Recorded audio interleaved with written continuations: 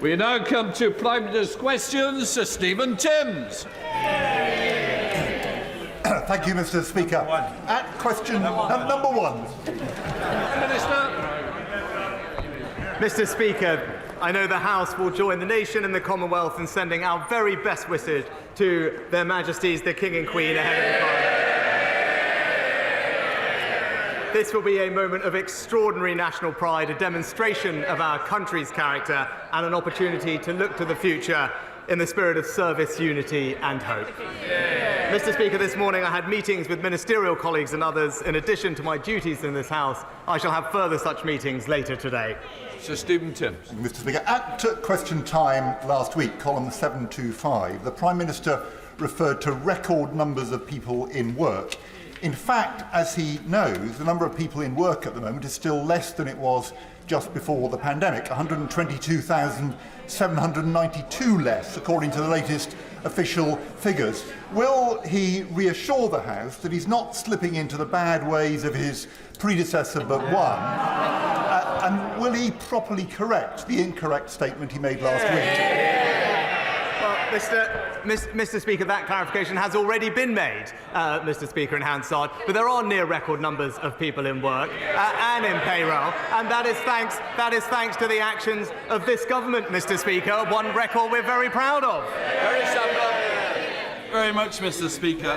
Non-compliant hand car washes seem like a cheap and quick way to have our cars washed. But unfortunately, behind this £1.8 billion industry is hidden money laundering, fraud, drug dealing, prostitution, labour abuse, modern-day slavery, tax avoidance and many other sinister crimes. This is an estimated £500 million lost in tax revenue, a pull factor for illegal migration, and the pollutants often used are damaging to the environment. Does the Prime Minister agree with me that it's time that we now step away from the voluntary scheme and have a mandatory scheme to protect people? Well, Mr. Speaker, we expect all businesses to follow the law, including providing fair pay and working conditions for their employees. We're tackling exploitation in the labour market, especially by increasing funding for enforcement bodies to over £35 million a year, and we will continue to keep the position of hand car washes under close review. We now come to the Leader of the Opposition, Keir Starmer. Thank you, Mr. Speaker. Can I join the Prime Minister in his comments about the coronation? Across the House, we're all looking forward to the celebrations this weekend. Mr. Speaker, does the Prime Minister know how many mortgage payers are paying higher rates since the Tory party crashed the economy last autumn? Well, Mr. Speaker, our record on home ownership is crystal clear. Because of our tax cuts, 90% of first-time buyers now don't pay any stamp duty at all, Mr. Speaker. And last year we saw the largest number of people buying their first home in 20 years, Mr. Speaker. That's a Conservative government delivering on people's aspirations to own their own home. Keir Starmer. Mr. Speaker, the question was how many people are paying more on their mortgages each month. And the answer that the Prime Minister avoided giving is 850,000. Nearly 1 million people paying more on their mortgage each month because his party used their money as a casino chip. That's why George Osborne called them economic vandals who created a self-inflicted financial crisis. Not for the Prime Minister and his non-dom thing, not for the super wealthy they gave tax cuts to, but for mortgage holders all across the country. So, does the Prime Minister know how many more people will be joining them on higher mortgage rates by the end of this year? Mr. Speaker, thanks to the actions we're taking, in fact, the Bank of England is showing that public expectations of inflation have now eased to a 15-month low, Mr. Speaker. Consumer confidence is at the highest level that it's been at since Russia invaded Ukraine, and because of our stewardship of the public finances, we can see a clear way to reduce debt and bring interest rates down. But, Mr. Speaker, he keeps in this habit of quoting the former Labour shadow chancellors. We know that our plans will deliver lower inflation and lower interest rates, but we know that his plans just mean more debt, Mr. Speaker, and I quote, year after year after year. Those aren't my words, that's the assessment of the former Labour Shadow Chancellor. Mr. Speaker, the question was how many more people this year are going to be paying more on their mortgages? And the answer that he avoided giving again, he knows these answers. He's got the stats there in front of him. 930,000 people. So by the end of this year, I know they don't want to talk about it, that's why he won't answer the questions. By the end of this year, nearly 2 million homeowners, counting the cost of the Tories' economic vandalism with every mortgage payment they make. And it's not just those who already own their home that are counting the cost of Tory recklessness. The average deposit for a first-time buyer is going up to £9,000. Does he even know how long it would take an average saver to put that sort of money aside? Mr. Speaker, that's why we've introduced a 95% mortgage guarantee scheme, Mr. Speaker. It's why we're helping people in social housing own their own home through our first homes and our shared home ownership schemes. But, Mr. Speaker, I said these things are working because I said last year we had a record number of first-time buyers, the highest number in 20 years. It was, Mr. Speaker, twice the number of first-time buyers than Labour ever managed, Mr. Speaker. So whilst Labour failed homeowners, the Conservatives are delivering for them. Mr. Speaker, every week, whatever the topic, he stands there and pretends everything is fine across the country. And every week he does so, he reinforces just how out of touch he is. £9,000, ha ha ha, £9,000 would take 4 years. They think it's funny that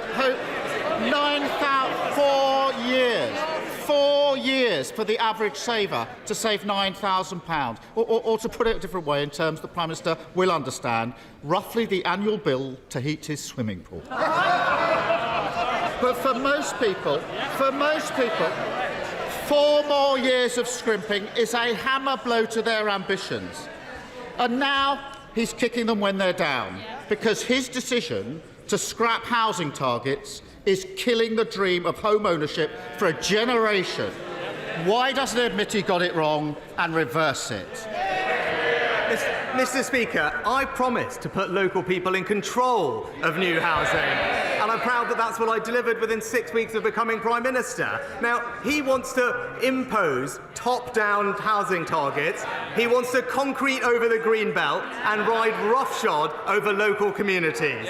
Now, previously, Mr. Speaker, he did say, he's on record and saying, local people, local communities should have more power, more control. Now he's U-turned.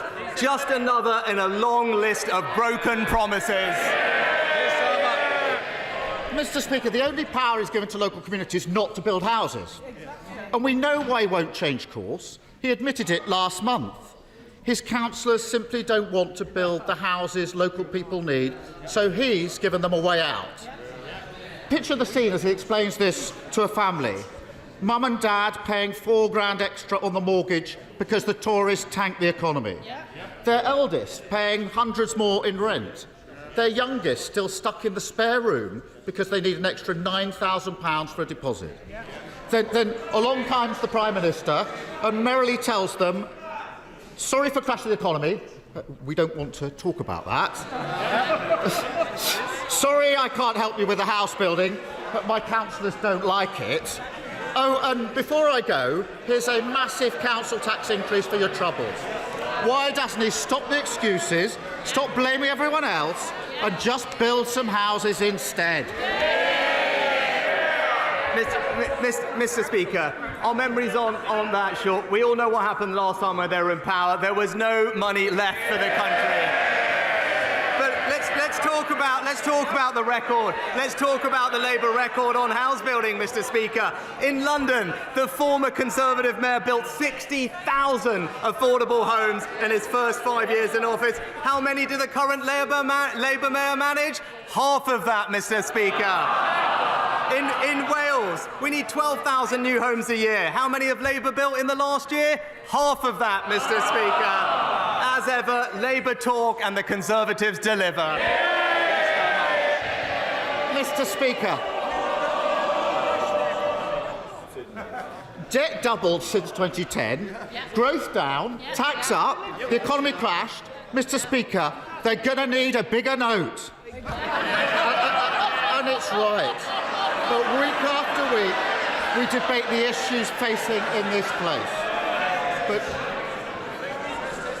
But looking beyond the elections tomorrow, we also have a hugely significant weekend coming up with the King's coronation. For most, this will be the first time they've seen a monarch crowned. And I hope, and I know across the House, people will hope that people across the country enjoy the ceremony, the street parties, and of course the extra day off. 300 million will tune in. The world will see our country at its best, celebrating the beginning of a new chapter in our history. But it will also be a reminder of the loss of our late Queen, Elizabeth II, and a chance again to remember all that she gave to our country through her dedicated service. So will the Prime Minister join me in honouring our late Queen and wishing the new King a long and happy reign? Mr. Speaker, as I said at the outset, we're all looking very much forward to the coronation. It will be a very special moment in the history of our country, and I know that we will join with the country in celebrating it. But before we get to the coronation weekend, Mr. Speaker, we have an important day tomorrow, and the choice before the country is clear. When they go to that ballot box, they can see a party that stands for higher council tax, higher crime, and a litany of broken promises, Mr. Speaker. Meanwhile, we're getting on with delivering what we say, with lower council tax, lower crime, and fewer potholes. The choice is clear. Vote Conservative, Mr. Speaker.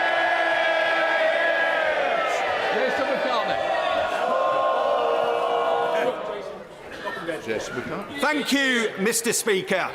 Labour run Kirklees Council, Mr. Speaker, as you know, have reneged on a deal to house the National Rugby League Museum at the George Hotel. They've also declared a climate emergency, but they have one of the worst recycling rates in the country. They're building on green fields and now on green belt. They're demolishing Home Firth Indoor Market. We're blighted by litter and fly tipping, and now they're proposing to chop down mature trees in urban areas. Does Minister agree with me? No, you'll sit down a moment. I presume you're going to ask a question. You've made a great statement. Quick question. Does the Prime Minister agree with me that local people can have their say on Kirklees' appalling record by voting Conservative this week? Mr. Speaker, my honourable friend is absolutely right. It's typical Labour saying one thing and doing the other, Mr. Speaker. It's only the Conservatives that are going to protect the Green Belt. It's a Labour Party that are going to concrete over it, and that's why in Kirklees and elsewhere, tomorrow, vote Conservative, Mr. Speaker. We now come to the Leader of the SNP, Stephen Flynn. Mr. Speaker, in 2010, David Cameron convinced Nick Clegg to drop his pledge on university tuition fees. Does the Prime Minister intend to take the credit for convincing the leader of the Labour Party to do likewise?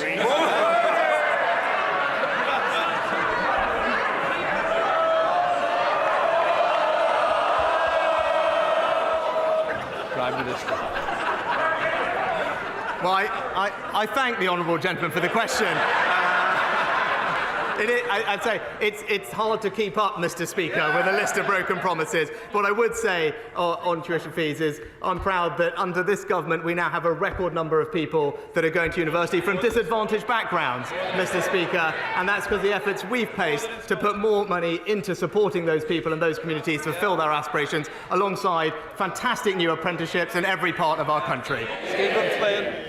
Mr. Speaker, for the avoidance of any doubt, the Liberal Democrats don't believe in abolishing tuition fees. The Conservatives don't believe in abolishing tuition fees, and of course the Labour Party, now with their own Nick Clegg moment, don't believe in abolishing tuition fees either. But, Mr. Speaker, is it not the case that the main Westminster parties don't offer young people any hope at all, do they?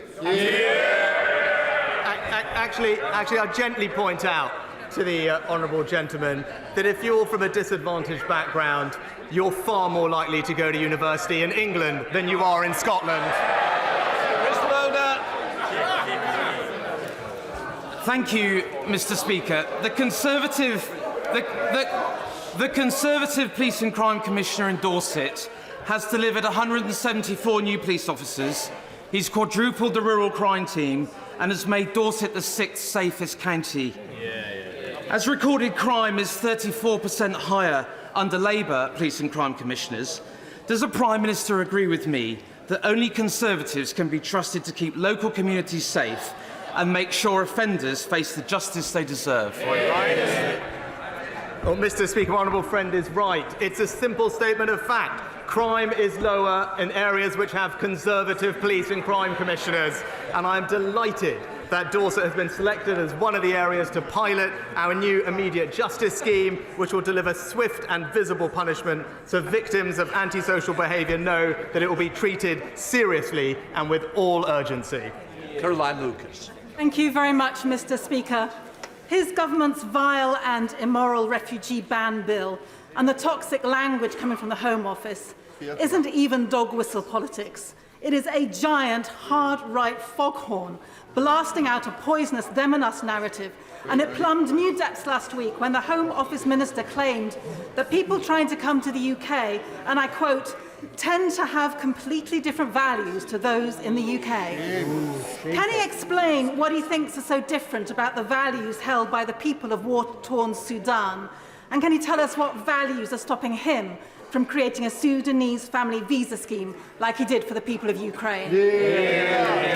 Well, Mr. Speaker, this country has a proud history of welcoming almost 500,000 refugees over the past several years, and we will always continue to do so. But our ability to do that is absolutely hampered when we have tens of thousands of people illegally crossing the Channel every year. And it's precisely because we want to help the most vulnerable people, whether they be in Syria and Afghanistan, Sudan and elsewhere. We must get a grip of this problem, break the cycle of the criminal gangs and target our resources and compassion on those who most need it. Thank you, Mr. Speaker. Thanks to this Conservative government and £1.8 million from the Brownfield Land Release Fund, the Conservative-led Solihull Council is getting on with regenerating Kingshurst Village Centre, creating space for new businesses and new homes. But when it comes to economic regeneration, none of the opposition parties have a viable plan, not the Greens, not the Lib Dems and not the Labour Party.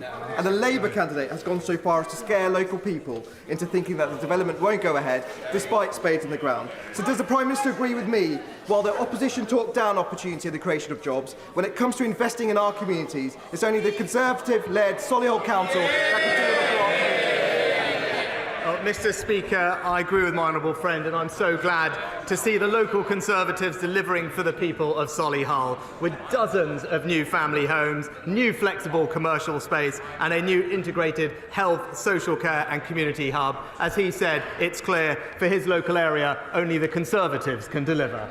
Alan Brown. Mr. Speaker, imagine seeing the car in front of you swerving erratically or suddenly braking for no reason, risking your car slamming into the back of that, endangering those daft enough not to wear seat belts. Now, this is not the actions of a drunk or reckless driver, but my constituents' experience using Tesla in autopilot mode. Software still in beta phase, but deemed suitable for cars on our public roads. Will the Prime Minister meet with me to discuss the issues with Tesla's autopilot and instigate an urgent critical safety review in terms of its suitability for operation and the licensing of it?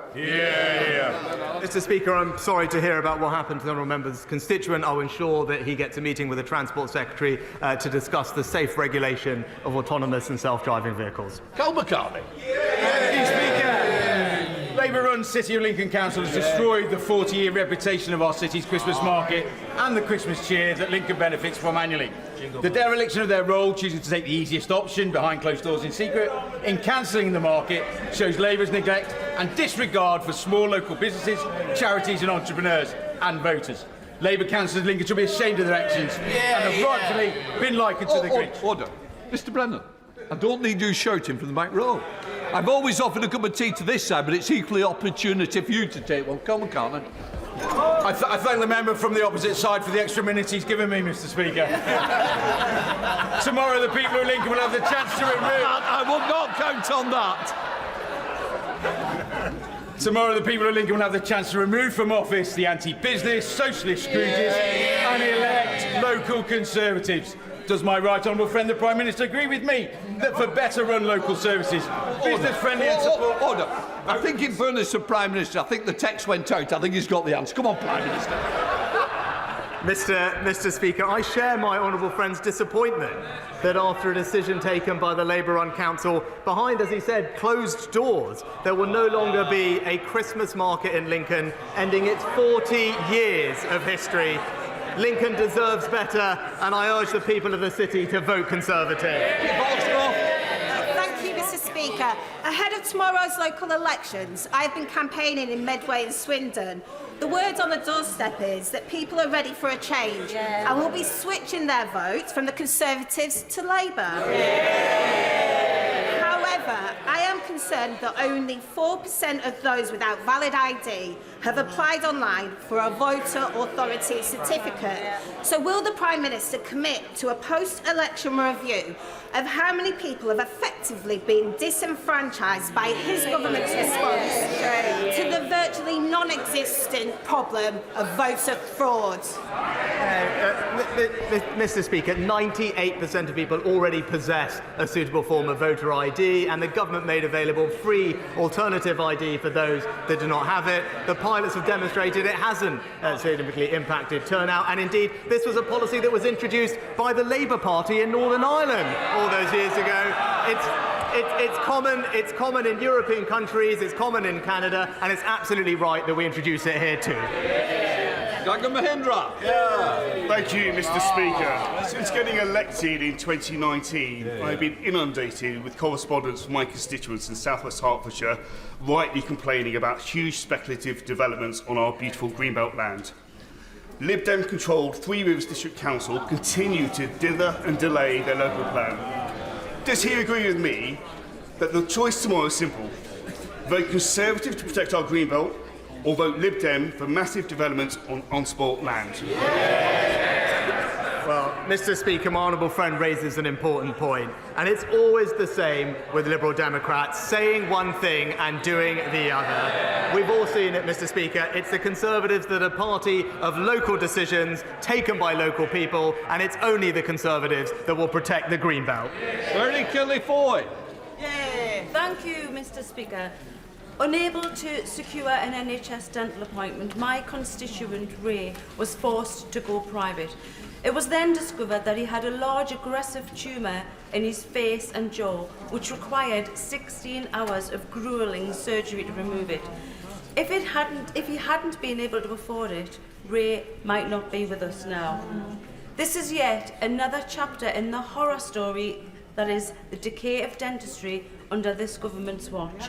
So will the Prime Minister accept NHS dentistry is in crisis, and will he meet with me and the British Dental Association to ensure that no one loses their life because they couldn't get a dental appointment? Yes or no? Mr. Speaker, I'm sorry to hear what happened to the Honourable Lady's constituent, and that's why the NHS has recently reformed dental contracts to improve access. We now invest over £3 billion a year. There are over 500 more dentists working in the NHS this year than last year, and indeed discussions are ongoing between the Department for Health and the NHS around dentistry, and DHSC is planning to outline further reform measures in the near future. Sir Geoffrey Clifton-Blow.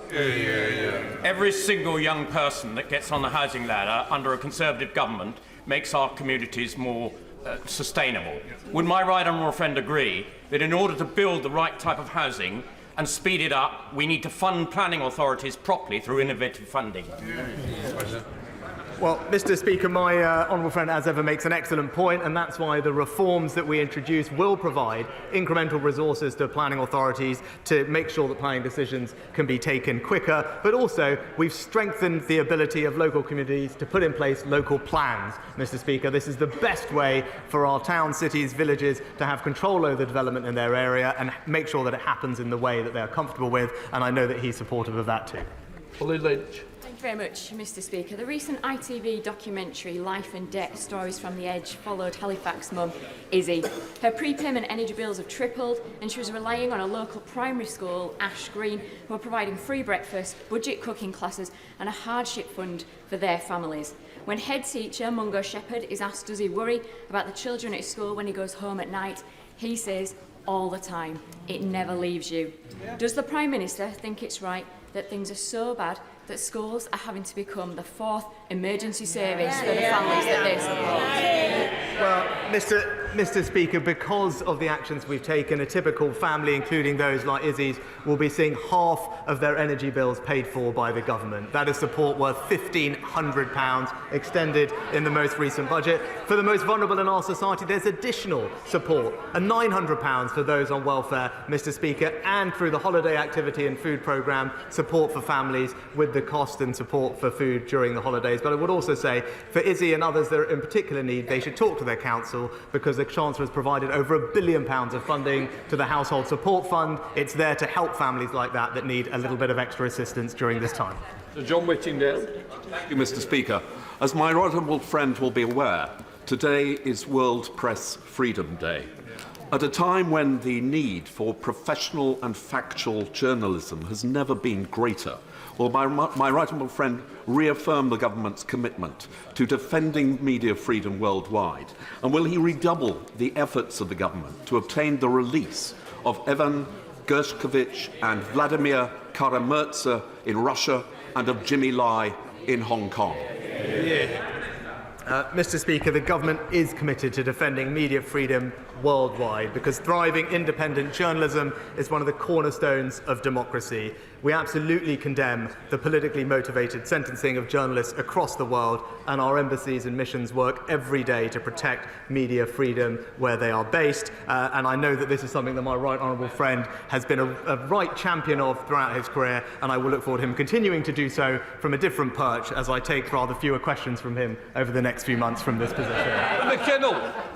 Mr. Speaker, I want to thank our police forces, who I know will be working hard across the country this weekend to support the Coronation events. But police numbers in the North East are down 8% since 2010, and I know the Prime Minister's keen on his maths, so here's a sum. If Northumberland Police has lost 1,000 police officers since 2010, but gained the funding to put back 615, by how much have the Conservatives shortchanged the North East? So, Mr. Speaker, as we saw last week, there are now a record number of police officers across the country thanks to the actions of this government, and crime is 50% lower than it was when we took office. She talks about investing in the North East. You know, when we invested Levelling Up Fund in her constituency, £20 million, she said it was transformational, Mr. Speaker. She said it would play an important role in rejuvenating her local area. That's this Conservative government delivering not just for the North East, but for her constituents too. Mr. Speaker, I was pleased to welcome the Secretary of State for Transport to Newsham recently. This was to see the progress on the Northumberland line. Would my right honourable friend agree with me that this Conservative government, and Conservative government only, is committed to development of this line, keeping Levelling Up on track? Well, Mr. Speaker, my honourable friend has been a fantastic champion for the restoration of this line. Indeed, it was one of the first deliveries from the Restoring Your Railways Fund, and it will be fantastic for his local communities, because that connectivity will provide jobs, opportunity and employment, particularly for young people in his local area. And after years, if not decades of neglect, it's this Conservative government that is delivering for the people in his local area. Rebecca Long-Bailey. Thank you, Mr. Speaker. Over 3.6 million women born in the 1950s had their pension age increased without their knowledge. And many, like my constituent, unknowingly gave up work at 60, only to realise they had no income, they couldn't pay their bills, and some have even lost their homes. So my constituent asks the Prime Minister today, will he commit to the fair and fast payment of any compensation that is recommended by the Parliamentary and Health Service Ombudsman to 1950s women for the injustice they have suffered due to maladministration by the Department for Work and Pensions. Mr. Speaker, this issue has been long discussed in this place, and obviously the Honourable Lady knows there's an ongoing process which I can't comment on, but rest assured, of course, we will respond appropriately to any recommendations that come our way. Thank you very much, Mr. Speaker. As Asbestos Awareness Month comes to a close, I would like to draw the attention of the Prime Minister to the dangers of asbestos in workplace buildings. Please will you back the Don't Let the Dust Settle campaign from the Mesothelioma UK charity in my constituency by setting up a register of all workplaces in the country that contain asbestos and determine a timetable of eradication of this terrible substance. Well, Mr. Speaker, can I thank my honourable friend for raising this important issue? The law does require duty holders to assess whether asbestos is present, what condition it is in, and whether it gives rise to a risk of exposure. And they must draw up a plan to manage this risk, which must include removal if it can't be safely managed where it is located. But I commend her for her continued campaigning on this important issue. Madeira Wilson.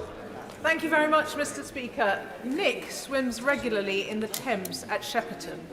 But after a recent dip, he found himself hospitalised with cellulitis for 13 days. His doctors think this was caused by polluted water. Mr. Speaker, what caused that polluted water? Well, because Thames Water dumped filthy sewage just days earlier nearby.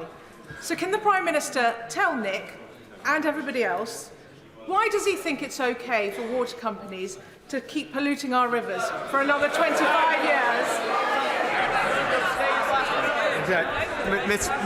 Mr. Speaker, it was just last week that it was clear there's only one party that's going to protect the environment, and it's the Conservative Party, Mr. Speaker. That's why we've given the Environment Agency more powers of enforcement. That's why we're moving to unlimited fines. And that's why we've got a clear plan to increase investment and increase monitoring of sewage overflows. It was a rank cynicism and hypocrisy of the party opposite that they could not even show up to support those plans, Mr. Speaker. Anne-Marie Morris. Thank you, Mr. Speaker. Newton Abbot constituents face hosepipe bans after torrential spring storms, and asking me why water catchment plans have not prevented this. Reservoirs, desalination plants and other natural catchment structures require siting where geography and geology allows. Is there a national strategy and implementation plan to increase water catchment and enable cross-water company water transfer to match regional demand to supply? Yes. Well, Mr. Speaker, water companies publish water resources management plans which show how they will continue to provide a secure supply of water for customers, and I understand that they have been consulting on their latest drafts of these plans. And in my honourable friend's particular area of Devon and Cornwall, where temporary use bans are in place, DEFRA and the water regulators are closely working with South West Water to ensure that the company is taking all appropriate precautionary action to ensure that water supplies remain resilient this year. That's all for now on Prime Minister's questions.